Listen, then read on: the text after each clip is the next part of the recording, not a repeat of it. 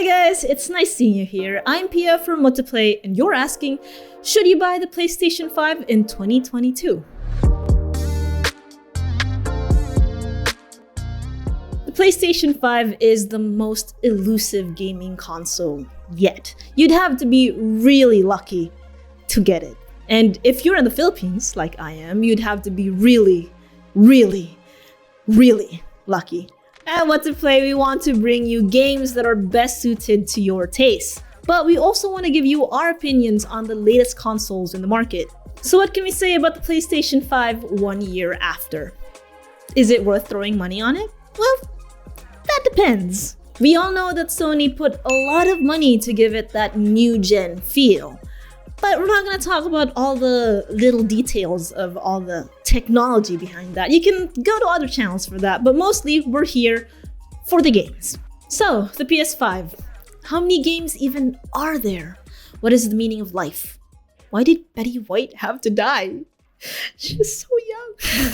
According to our extensive database, the PS5 has over 700 games right now, with 300 more upcoming. So from those games, we have 3 favorites that show the excellent quality of the PS5's collection. The first one is Demon's Souls. It brought back the feel of classic Souls-like gameplay, and it showcased how impressive the lighting features of the console are. Then there's Ratchet & Clank Rift Apart that, thanks to the PS5's SSD, wowed us with its blazing fast loading times. The loading times are so non-existent, you won't even see your face looking back at you on a black loading screen.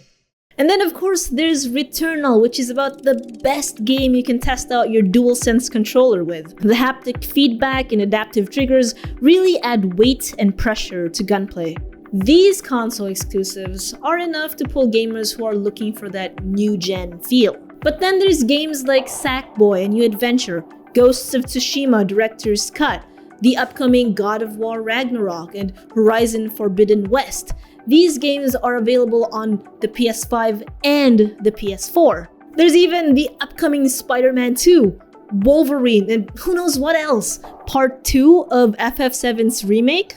At this point, Sony has blurred the lines of console exclusivity with its CrossGen releases.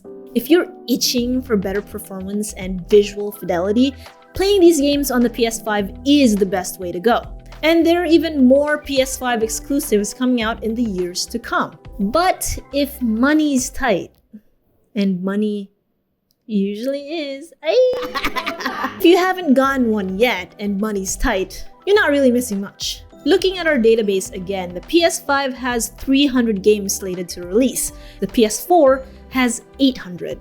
If the number of games is your concern, then stick with the PS4. It's gonna take years for Sony to fully build a library for the PS5.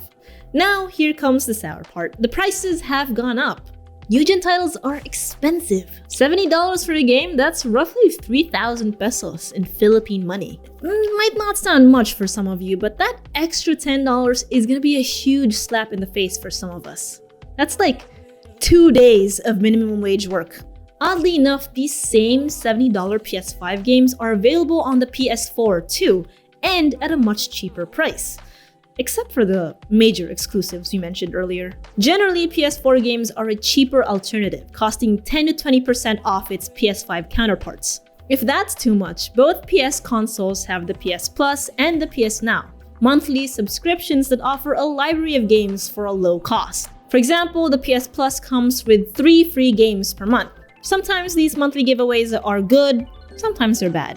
These subscriptions have a slew of freebies sometimes, and it also gives you access to some of PlayStation's online features. The value of each of these subscriptions, they're gonna vary between all of you, so that's up to you to decide. For anyone struggling to find a decent internet connection, like, when you're in the Philippines, getting that digital version would be a nightmare. The disc version is just the better choice. You can sell all your old titles or trade them for something new. It's convenient. So, should you buy a PlayStation 5 in 2022? Don't rush it. There's still a lot of games to play on your PS4. If supply is short in your area, don't give scalpers the satisfaction. If you want a future-proof gaming experience, owning a PS5 is guaranteed to keep you up to date with all the fresh games on the market, assuming Microsoft doesn't monopolize all the cool games. And if you own neither, and you got the money, best head straight to the PS5. But if all you care about is playing games right now without those crispy 4K resolutions and 60 frames per second, the PS4 is still a viable option. The gaming industry is moving fast right now with so many experimental titles and fancy new technology. It's always great to consider which platform you'll be spending most of your time on. How about you? Have you decided? What do you think about the PlayStation 5 a year after? Let's talk about it in the comments below. I'll see you there.